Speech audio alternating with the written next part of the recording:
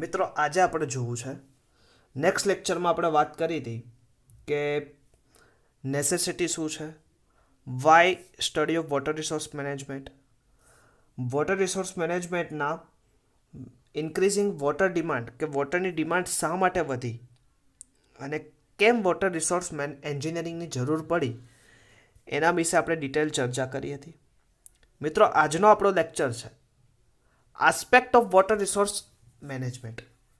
Aspect otherwise આપણે કહીએ તો કે purpose of water resource management. આજે એ જ વસ્તુ આપણે ડિટેલ ભણવાની છે કે what is a purpose of water resource management. તેમાં પહેલું આપણે ચર્ચા કરીએ આજે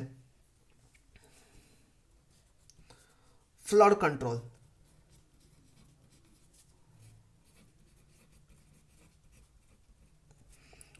ફર્સ્ટ ઓફ ઓલ હવે ફ્લડ કંટ્રોલ, હવે મેં હમણાં જ વાત કરી હતી ફ્લડ કંટ્રોલ એટલે શું થાય તમને મિત્રો હમણાં જ જણાવ્યું હતું કે કોઈ બી જગ્યાએ છે વોટરની આપણે રિઝર્વોયર બનાવ્યું પણ રિઝર્વોયર ઘણી વખત તમે જોયું હશે કે એની અમુક એક લિમિટ કરતાં જો વધારે સ્ટોર કરશું તો ઘણી રીતે અફેક્ટિવ થશે ડાઉન સ્ટ્રીમ સાઇડ અને ઘણા ગામના ગાંવ શું થશે ડૂબમાં જશે.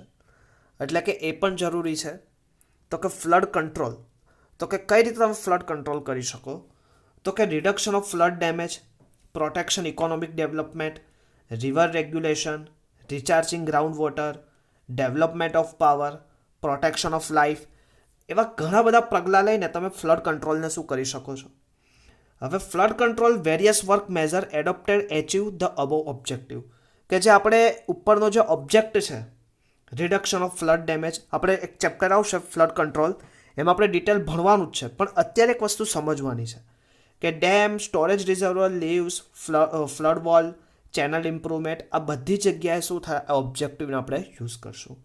સેકન્ડ પર્પસ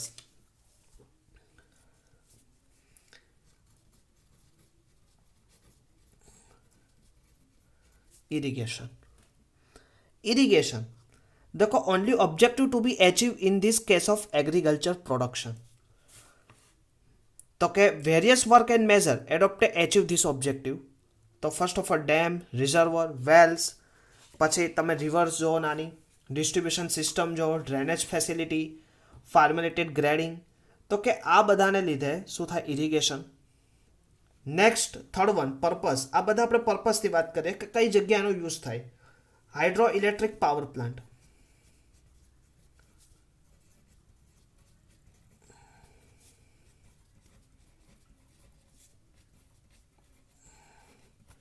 તો તમને બધાને ખબર છે તો various work to measure adopted achieve, તો કે dam, reservoir, penstock, power channels, power plants, transmission line, આવી જગ્યાએ તમે hydro electric power plant use કરી શકો. નેવિગેશન પર્પસ, હમણાં તમે જોયું હશે નેવિગેશન પર્પસ કે સૌથી વધારે સાબરમતી નદી ઉપર, તો કે હમણાં જ તમે જોયું નેવિગેશન પર્પસ, નેવિગેશનને પ્રોટેક્ટ અથવા તો નેવિગેશનને પ્રોત્સાહન આપવા માટે આપણે શું શરૂ કર્યું, sea plane. The transportation of goods and passenger is the only objective to be achieve in this case. Clear. Fifth, domestic and industrial water supply.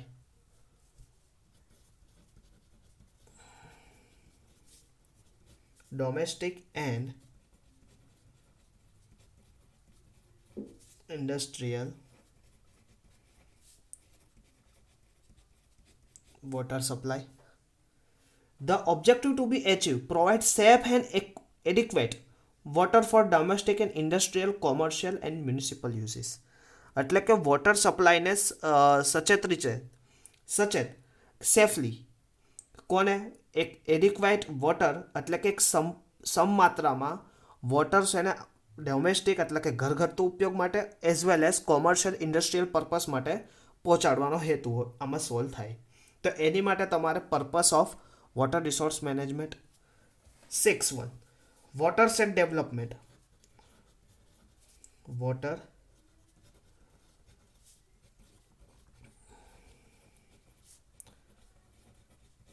Water set development. હવે વોટર સેટ ડેવલપમેન્ટમાં મિત્રો ખાસ એક વસ્તુ, તો કે વોટ ઇઝ ઓબ્જેક્ટિવ, તો કે conservation and improvement of soil. કે શા માટે વોટરશેડ મેનેજમેન્ટ? તો એની પહેલાં conservation and improvement of soil, sediment and reduction, run off retardation, forest and grassland improvement. તો એની માટે તમારે વોટરશેડ ડેવલપમેન્ટ કરવું પડે. The various work of measure include soil conservation practice, forest range of management practice, small reservoirs, farm ponds, ખેત તલાવડી કહીએ, આ બધું શેમાં આવશે? Watershed development. તો એની માટે આપણે વોટર રિસોર્સ મેનેજમેન્ટ અગત્યનો ભાગ ભજવે છે. 7. Recreation.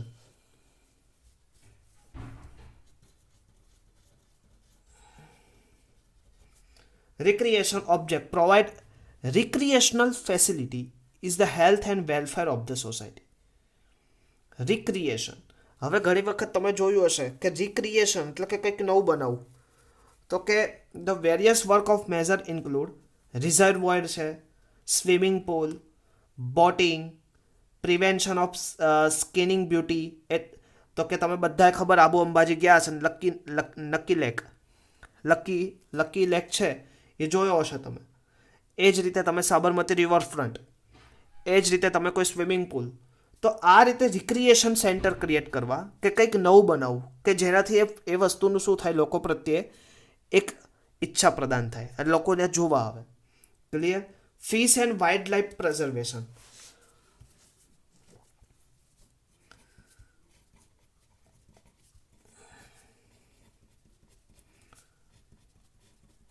wildlife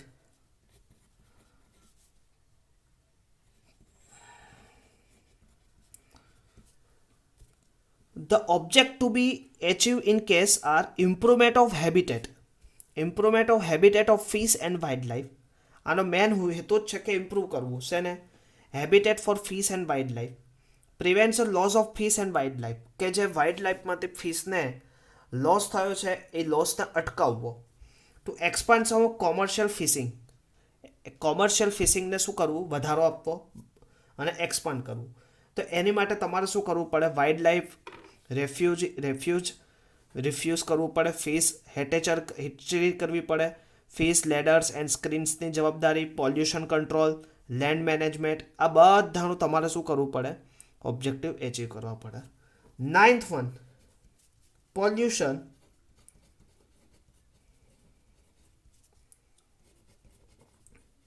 abatement. The objective achieved in this case protection, improvement of water supply for domestic, industrial, municipal, agriculture and for aquatic life and recreation. Clear? That can be included in pollution abatement. 10th, હવે mostly અત્યારે આપણે વાત કરી flood control, irrigation, hydroelectric power plant, navigation, domestic industrial development, watershed, recreation centre, fish and wild life prevention, pollution abatement. Other આપણે જોઈએ insect control.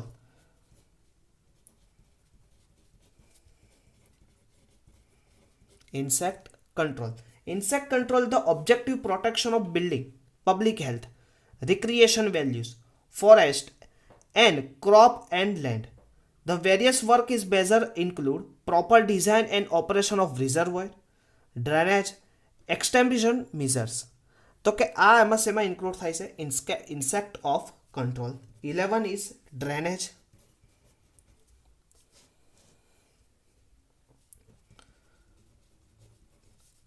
12 is sediment and control.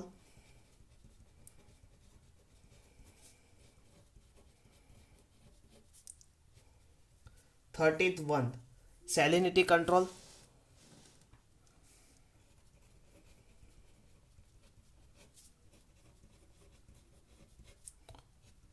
14th one, artificial precipitation. Artificial precipitation એટલે તમને બધાને ખબર છે કૃત્રિમ રીતે વરસાદ. આર્ટિફિશિયલ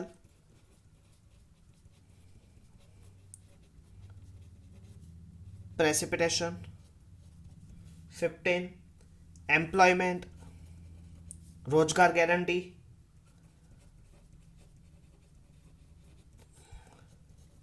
હવે એમ્પ્લોયમેન્ટની આપણે વાત આવીએ તો તમને બધાને ખબર છે સરદાર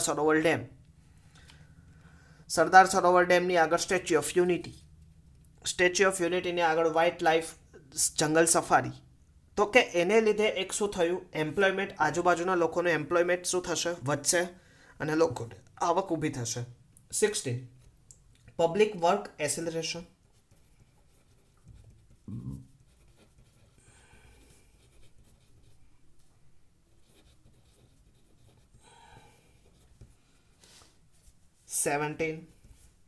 ન્યૂ વોટર રિસોર્સ પોલિસીસ.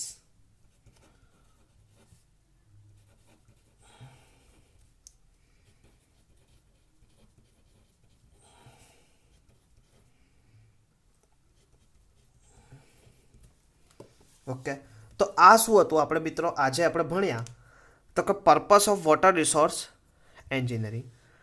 તો કે આપણે ટોટલ જીટીયુમાં મોસ્ટ આઈએમપી ક્વેશ્ચન છે મિત્રો, ખાસ યાદ રાખજો.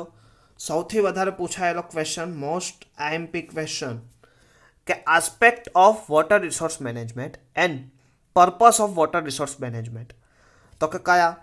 Flood control, irrigation, hydro electric power plant, navigation, domestic and industrial water supply, watershed development, recreation, fish and wildlife prevention, preservation, pollution abatement, insect control, drainage, sediment control, salinity control, artificial precipitation, employment, public work acceleration, new water resource policies.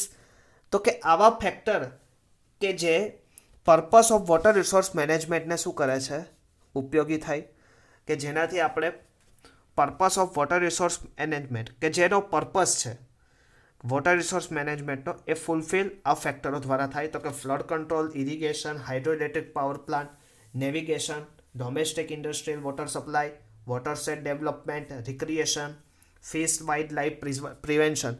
તો કે આ total આ બધા criteria દ્વારા શું થાય, water resource મેનેજમેન્ટનો શું હેતુ છે એ આપણને ખ્યાલ આવે.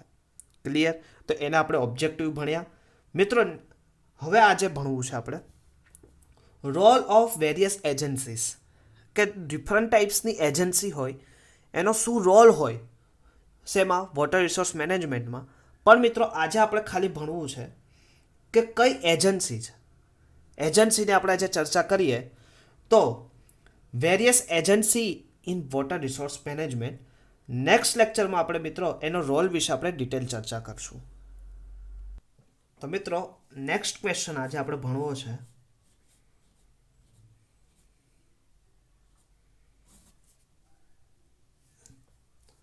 વેરિયસ એજન્સી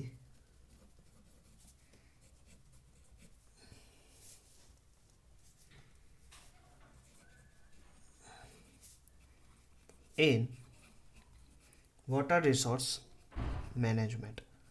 તો કે કઈ કઈ એજન્સી છે કે જે આપણે વોટર રિસોર્સ મેનેજમેન્ટમાં ઉપયોગ કરીએ છીએ. તો first of all agriculture.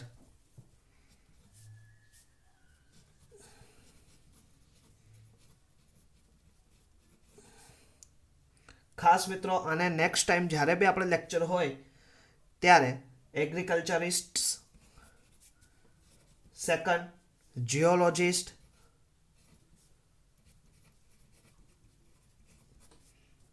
third one is meteorologist,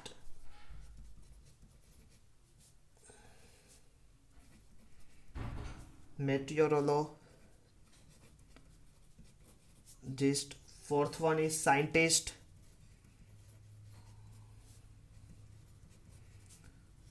fifth one is chemist,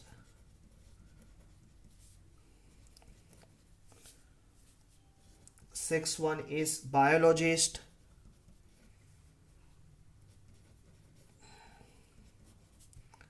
seventh one is economist,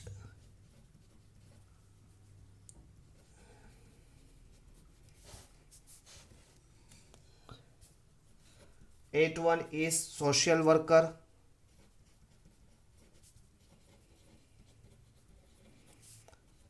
ninth one is politician,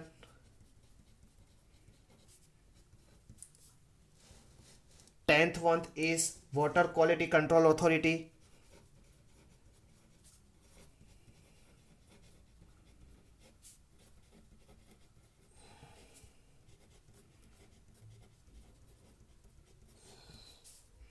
11 is general public.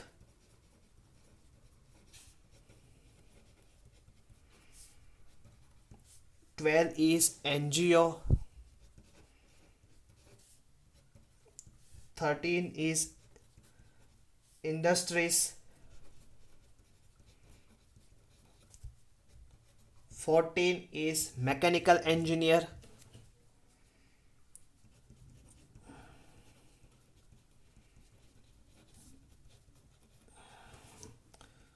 15 is electrical engineer.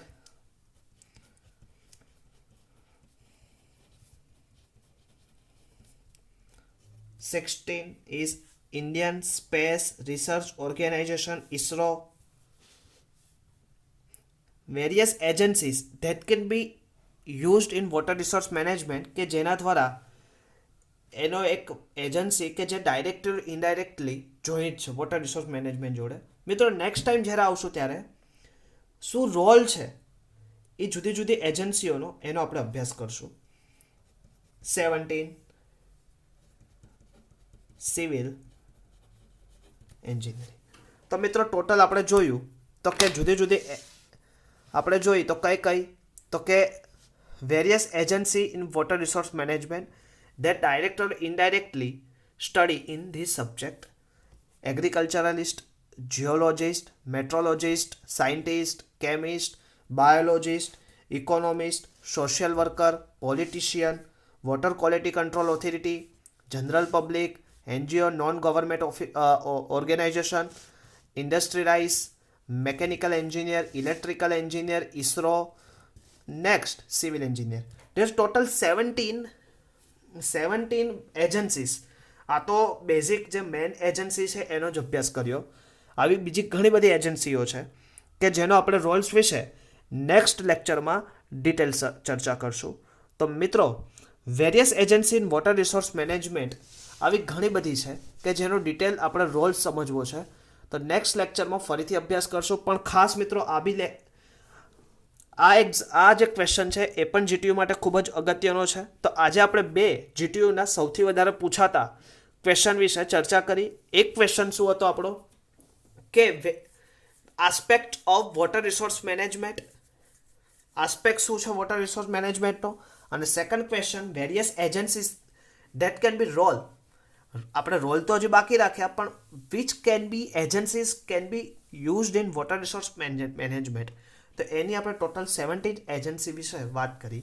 તો મિત્રો ફરીથી નેક્સ્ટ ટાઈમ મળશું. ત્યાં સુધી મિત્રો જય સ્વામિનારાયણ.